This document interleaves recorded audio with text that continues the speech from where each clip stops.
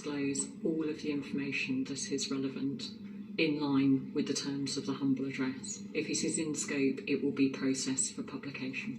Okay.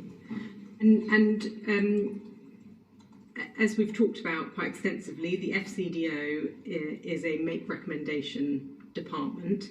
In this instance, because UKSV, as we've now discovered on the form, essentially recommended against granting security clearance, disclose all of the information that is relevant in line with the terms of the humble address. If it is in scope, it will be processed for publication. Okay. And as we've talked about quite extensively, the FCDO is a make recommendation department. In this instance, because UKSV, as we've now discovered on the form, essentially recommended against granting security clearance, the case had made it clear that security vetting should have occurred before Mandelson's appointment was announced.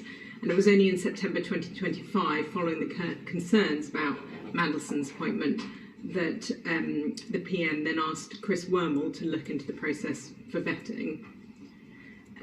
Why do you think that he needed to ask another opinion when he already had the view of the former Cabinet Secretary on that issue?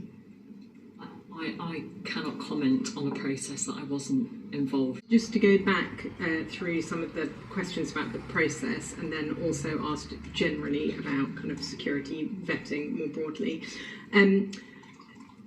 Information, and whilst I must make very clear I'm not involved in the Prime Minister's decision here, I do know that there were conversations directly between the Prime Minister and Sir Ollie. To the Prime Minister in any form about what the advice of the head of the Foreign Office Security Department was proposing and whether or not Sir Oliver acted on that information?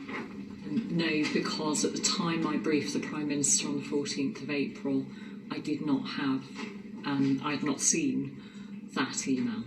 And so the Prime Minister's decision to fire Sir being divulged to us, and I have read all of that information. And when you briefed the Prime Minister on the limited amount of information you were able to share with the UKSV, the risk mitigations, or I don't know if you briefed or you provided, please clarify, the mitigations that were outlined in the email, did you also at that point provide the Prime Minister in any form with information as to whether or not the advice